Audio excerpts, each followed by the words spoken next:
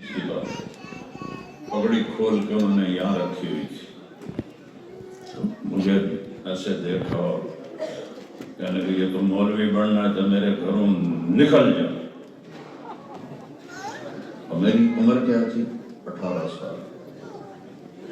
18 साल के बच्चे में जिम्मेदारा माहौल में चू करने की भी जरूरत नहीं होती बाप के साथ।